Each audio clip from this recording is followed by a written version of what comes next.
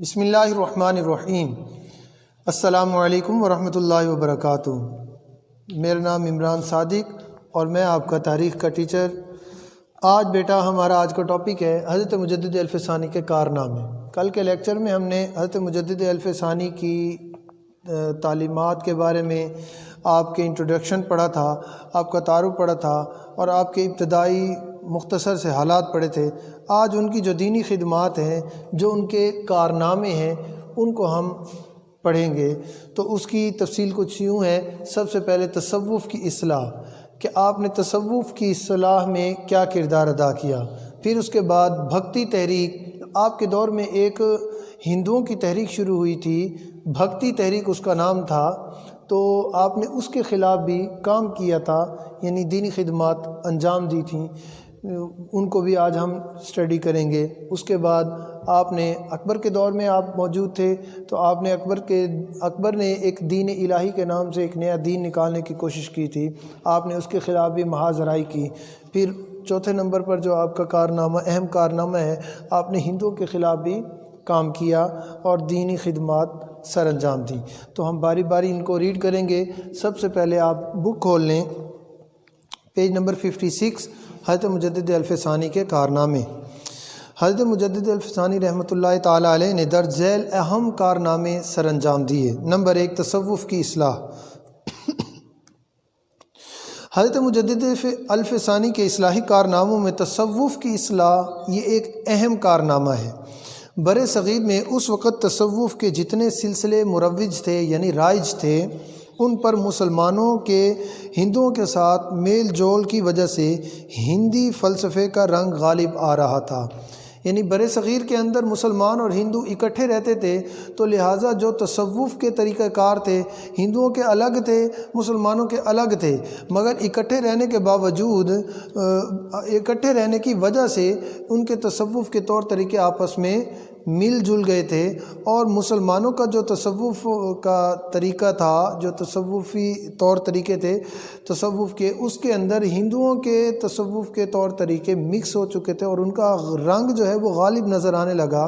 تو حضرت مجدد الف ثانی رحمۃ اللہ تعالیٰ علیہ نے جب دیکھا کہ یہ تو غیر اسلامی کام ہے، جو مسلمان اس کو عبادت سمجھ کے کر رہے ہیں، تو انہوں نے مسلمانوں کی اصلاح کی اور ان کاموں کو مسلمانوں سے چھڑوایا جو ہندوؤں کے فلسفہ تصوف میں موجود تھے، مگر ان کاموں کا اسلامی تصوف کے ساتھ کوئی دور دور تک رابطہ یا تعلق نہ تھا۔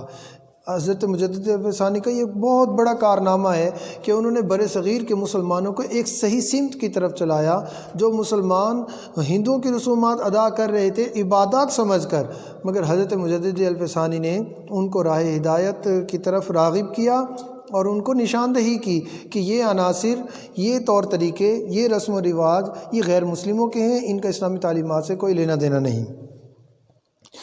تو حضرت مجدد نے تصوف میں ان غیر اسلامی عناصر کی نشاندہی کی اور بر صغیر میں نقش بندی سلسلہ تصوف کو فروغ دیا۔ آپ کا MCQ ہے، حضرت مجدد الف ثانی نے بر صغیر میں کون سے سلسلہ تصوف کو فروغ دیا؟ نقش بندی سلسلہ تصوف کو، جس میں صوفی کی روحانی ترقی کا دار و مدار شریعت کی پابندی پر ہے۔ یعنی سلسلہ نقش بندی کے اندر آپ نے بتایا، حضرت مجدد الف ثانی نے، کہ صوفی کی روحانی ترقی کا دار و مدار جو ہے وہ شریعت کی پابندی پر ہے۔ اگر شریعت کی پابندی نہیں کرے گا تو وہ روحانی ترقی حاصل نہیں کر پائے گا۔ یہ سلسلہ نقش بندیہ کے اندر حضرت مجدد الف ثانی نے تصوف کی اصلاح فرماتے ہوئے فرمایا۔ آپ کا ایک اور اہم کارنامہ آپ نے فرمایا کہ آپ کے دور میں فلسفہ وحدت الوجود یہ رائج تھا، آپ نے اس کی نفی کر کے فلسفہ وحدت الشہود کو فروغ دیا۔ یعنی فلسفہ وحدت الوجود کو مسترد کیا، رد کیا، اور اس کے مقابلے میں آپ نے فلسفہ وحدت الشہود کو فروغ دیا۔ یہ بھی آپ کا MCQ بن جائے گا۔ آپ نے کون سے فلسفے کا رد کیا؟ فلسفہ وحدت الوجود کا۔ اور کس فلسفے کو فروغ دیا؟ وحدت الشہود کو فروغ دیا۔ اب یہ تھا ہمارا پہلا تصوف کی اصلاح، کہ آپ نے تصوف کی اصلاح کیسے کی۔ اس کے بعد آج ہم دوسرا ٹاپک ہے بھکتی تحریک کے خلاف محاذ۔ رامانج، راماند اور بھگت کبیر جیسے ہندوؤں نے مسلمانوں کا عقیدہ توحید اپنا کر ایک تحریک چلائی تھی۔ یعنی یہ لوگ جو 3 نام بتائے ہیں، رامانج، رامانند اور بھگت کبیر، یہ تینوں تھے تو ہندو، مگر انہوں نے لوگوں کو یہ کہا، مسلمانوں کو ورغلانے کی کوشش کی کہ ہم بھی اللہ کو ایک مانتے ہیں، بتوں کی پوجا نہیں کرتے، بتوں کو ہم اپنا خدا نہیں مانتے۔ تو اس طرح انہوں نے مسلمانوں کا لبادہ اوڑھ لیا، مگر پھر جب آگے زندگی کے دوسرے طور طریقے اپنانے کی بات ہوتی تھی تو وہ پھر ہندوؤں کے طور طریقے اپنانے کا درس دیا کرتے تھے۔ انہوں نے پھر اللہ کا ایک ماننے کا نعرہ لگایا اور عقیدہ توحید کو اپنایا اور مسلمانوں کو اپنی طرف راغب کرنے کی کوشش کی، تو جس کے خلاف حضرت مجدد الفسانی میدان میں آئے، جس میں اس تحریک کے اندر کیا ہوتا تھا، پنڈتوں اور مولویوں کے ظاہری تقدس پر جی بھر کر تنقید کی جاتی تھی۔ انہوں نے اسلام اور ہندو دھرم کو ملا کر ایک درمیانی راستہ نکالا اور لوگوں سے کہا کہ رام اور رحیم یہ دراصل ایک ہی ہستی کے 2 نام ہیں۔ یعنی انہوں نے بتایا کہ جب ہم بتوں کے سامنے جا کر رام رام کرتے ہیں تو اس کا مطلب بھی یہی ہوتا ہے کہ ہم بتوں کی پوجا نہیں کر رہے بلکہ اللہ تعالیٰ کو پکار رہے ہیں۔ حالانکہ یہ تو بتوں کی پوجا ہوتی تھی، لوگوں کو بتوں کی پوجا کی طرف راغب کرنے کا ان کا ایک یہ طریقہ تھا کہ وہ کہتے تھے کہ یہ بت بھی تمہیں اللہ کی طرف لے کے جاتے ہیں، تم جو بتوں کو پکارتے ہو تم اللہ ہی کو پکارتے ہو۔ تو انہوں نے یہ فلسفہ نکالا کہ رام اور رحیم ایک ہی ہستی کے 2 نام ہیں۔ مذہبی رہنماؤں نے عوام کو لڑوانے کی غرض سے ان میں تفریق پیدا کر دی۔ اکبر کے دین الہی میں بھی اس تحریک کا رنگ غالب تھا۔ حضرت مجدد الفسانی کے زمانے میں یہ تحریک بڑے زور و شور کے ساتھ چل رہی تھی۔ آپ نے یعنی حضرت مجدد الفسانی نے ہر دے رام نامی ایک شخص تھا، ہندو تھا، اس کے نام پر ایک خط لکھا اور اس کے اندر آپ نے بھکتی تحریک کے خلاف خوب جی بھر کر تنقید کی اور ان کے نظریات کو دلائل کے ساتھ رد کیا اور ان کے خلاف میدان میں اترے۔ تیسرا آپ کا کارنامہ تھا، اکبر جو آپ کے دور میں بادشاہ تھا، اس نے دین الہی کا نعرہ لگایا تھا، آپ نے اس کے خلاف بھی محاذ رائے کی، اکبر کے دین الہی کے خلاف محاذ۔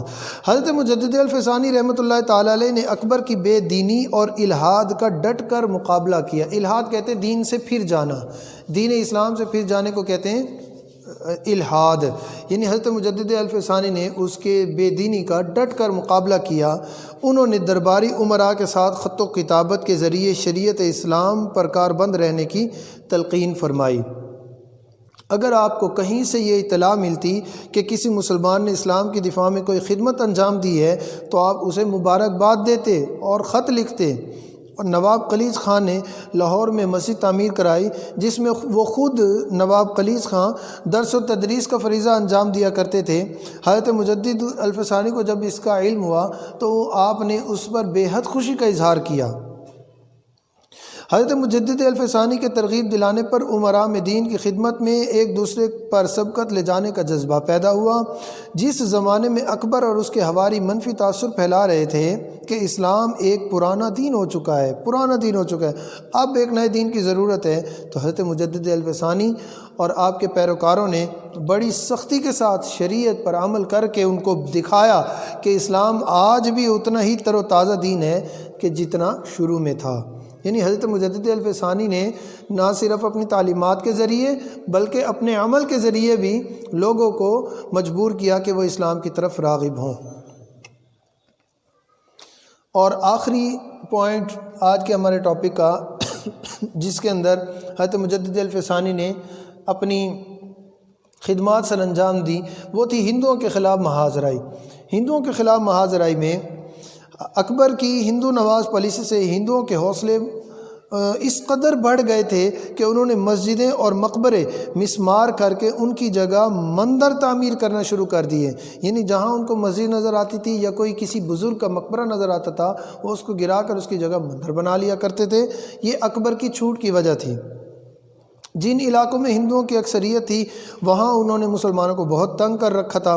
مسلمان اسلام کے شعائر بجا لانے سے قاصر تھے، یعنی مسلمان جو تھے وہ اسلامی طور طریقوں کو اپنانے سے ڈرتے تھے، گھبراتے تھے، ان کے اوپر قدغن لگایا جاتا تھا۔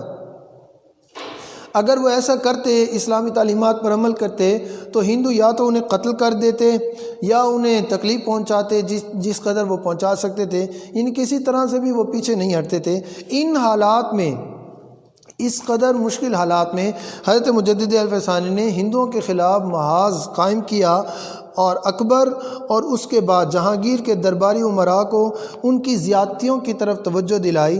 حضرت مجدد الف ثانی کی اس سعی و کاوش کا یہ نتیجہ نکلا کہ جہانگیر کے عہد حکومت میں اسلام کو فروغ حاصل ہوا۔ اس کے بعد شاہ جہاں اور اورنگزیب عالمگیر جیسے باعمل مسلمان حکمران ہوئے جن کی کوششوں سے شریعت کو فروغ ملا۔ تو یہ تھا ہمارا آج کا ٹاپک، حضرت مجدد الف ثانی کے کارنامے۔ آپ آ جاتے ہیں ہم گھر کے کام کی طرف۔ تو آپ کا یہ جو تفصیلی سوال نمبر 2 ہے مشق کا، وہ ہے بھکتی تحریک اور دین الہی کے اثرات ختم کرنے میں حضرت مجدد الف ثانی کا کردار۔